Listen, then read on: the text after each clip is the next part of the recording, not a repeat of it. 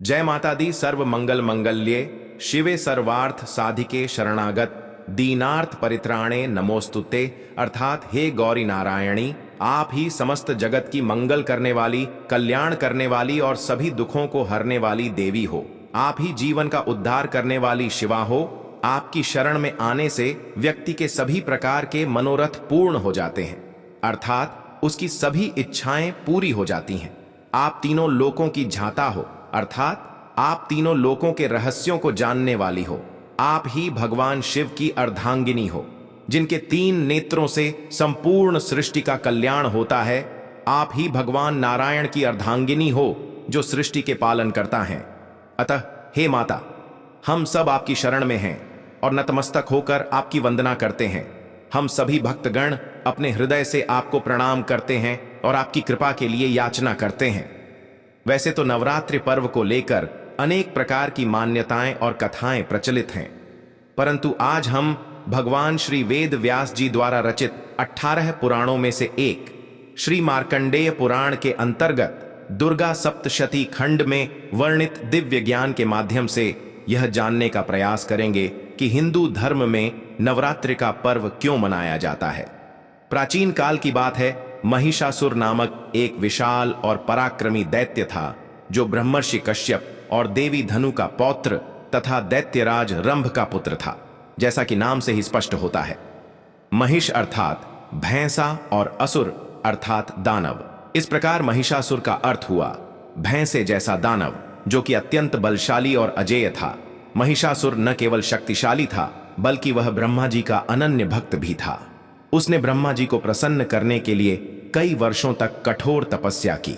उसकी घोर तपस्या से प्रसन्न होकर जब ब्रह्मा जी ने उसे वरदान मांगने के लिए कहा, तब महिषासुर ने ब्रह्मा जी से अपने लिए अमर होने का वरदान मांगा। इस पर ब्रह्मा जी ने महिषासुर से कहा, हे दैत्यराज, इस सृष्टि में जो भी उत्पन्न हुआ है उसका अंत निश्चित है। अमृता का वरदान देना सृष्टि के नियमों के विरुद्ध है। अतः मैं तुम्हें अमृता का वरदान तो नहीं दे सकता, परंतु इसके बदले में तुम कोई अन्य वर मांग सकते हो।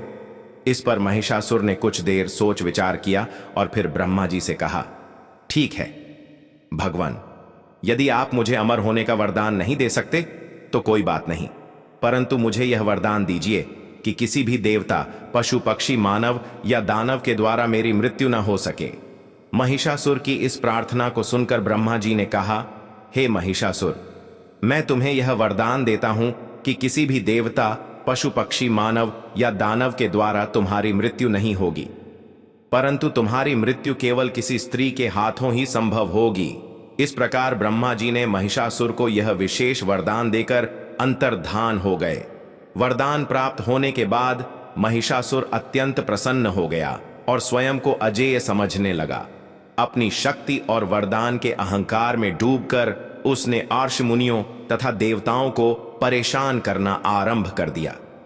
महिषासुर ने धरती पर भी भारी उत्पात मचाना शुरू कर दिया। उसके अत्याचारों से त्रस्त होकर सभी अर्ष मुनि और मनुष्य भयभीत हो गए। धीरे धीरे महिषासुर ने स्वर्ग पर भी आक्रमण कर दिया।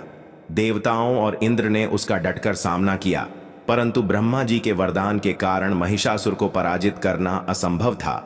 अंततः देवता हार गए और इंद्र सहित सभी देवता स्वर्गलोक छोड़कर भागने को विवश हो गए।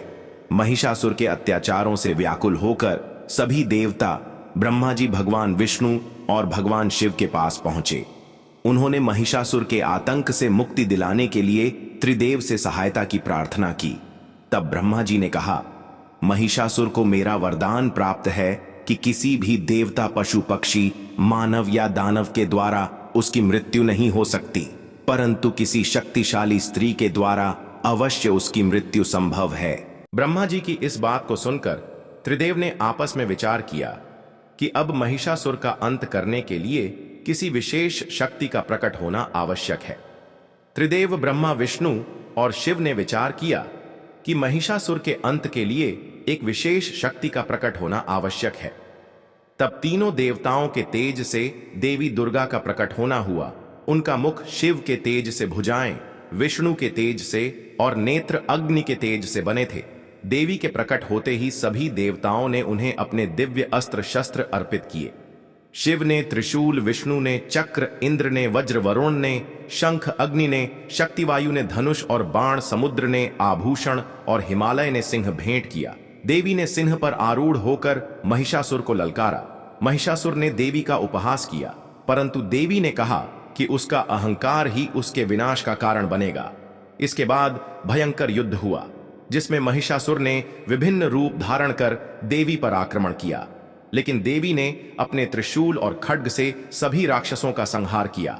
अंत में जब महिषासुर ने भैंसे का रूप धारण किया, तब देवी ने उसके सींग पकड़े उसे भूमि पर गिराया और त्रिशूल से उसका हृदय भेद कर खड्ग से उसका सिर काट दिया। महिषासुर का अंत होते ही ब्रह्मांड में हर्ष की लहर दौड़ गई और देवताओं ने देवी की स्तुति की। इसके बाद देवी ने 9 दिनों तक अपने 9 स्वरूपों शैलपुत्री, ब्रह्मचारिणी, चंद्रघंटा, कूष्मांडा, स्कंदमाता, कात्यायनी, कालरात्रि, महागौरी और सिद्धिदात्री में दर्शन दिए। इसी 9 दिवसीय पूजा को नवरात्रि के रूप में मनाया जाता है, जिसमें भक्तजन उपवास रखते हैं, देवी की पूजा अर्चना करते हैं और उनकी कृपा प्राप्त करते हैं। महिषासुर के वध के पश्चात देवी ने देवताओं को आशीर्वाद दिया और स्वर्ग लोक में शांति स्थापित हुई। इसके बाद देवी ने कहा कि जब जब धर्म पर संकट आएगा और अधर्म प्रबल होगा, तब तब मैं विभिन्न रूपों में अवतरित होकर धर्म की रक्षा करूंगी और भक्तों की पीड़ा दूर करूंगी। देवी ने यह भी कहा कि जो भक्त नवरात्रि के 9 दिनों में श्रद्धा और भक्ति के साथ उनकी आराधना करेंगे, व्रत रखेंगे और कथा सुनेंगे, उनकी सभी मनोकामनाएं पूर्ण होंगी और उनके जीवन में सुख शांति का वास होगा। इसके पश्चात देवी ने अपने 9 स्वरूपों के महत्व को भी समझाया।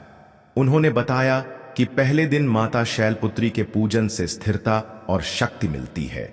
दूसरे दिन ब्रह्मचारिणी के पूजन से तप, संयम और ज्ञान की प्राप्ति होती है। तीसरे दिन चंद्रघंटा की पूजा से साहस और निर्भयता का संचार होता है। चौथे दिन कूष्मांडा के पूजन से सुख समृद्धि का आशीर्वाद मिलता है। 5वें दिन स्कंद माता के पूजन से संतान सुख की प्राप्ति होती है। 6ठे दिन कात्यायनी के पूजन से शत्रुनाश और विजय प्राप्त होती है। 7वें दिन कालरात्रि के पूजन से सभी प्रकार के भय और कष्ट समाप्त होते हैं। 8वें दिन महागौरी के पूजन से शुद्धता और शांति मिलती है। 9वें दिन सिद्धिदात्री के पूजन से सिद्धि और मोक्ष की प्राप्ति होती है।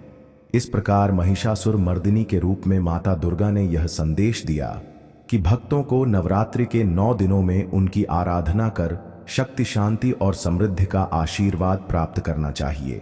इस विजय के उपलक्ष्य में ही नवरात्रि का पर्व पूरे भक्तिभाव से मनाया जाता है, जिसमें देवी की पूजा, उपवास, जागरण और भजन कीर्तन किए जाते हैं। तो मित्रों, यदि आपको यह कथा पसंद आई हो तो कृपया इस वीडियो को लाइक करें, हमारे चैनल को सब्सक्राइब करें और बेल आइकन दबाएं, ताकि आपको हमारी आने वाली सभी आध्यात्मिक और धार्मिक कथाओं की जानकारी मिल सके। नीचे कमेंट बॉक्स में जय माता दी अवश्य लिखें और माता रानी से अपनी मनोकामनाओं की पूर्ति के लिए प्रार्थना करें। आपकी भक्ति और श्रद्धा से माता रानी अवश्य प्रसन्न होंगी और आपको सुख समृद्धि का आशीर्वाद देंगी। जय माता दी।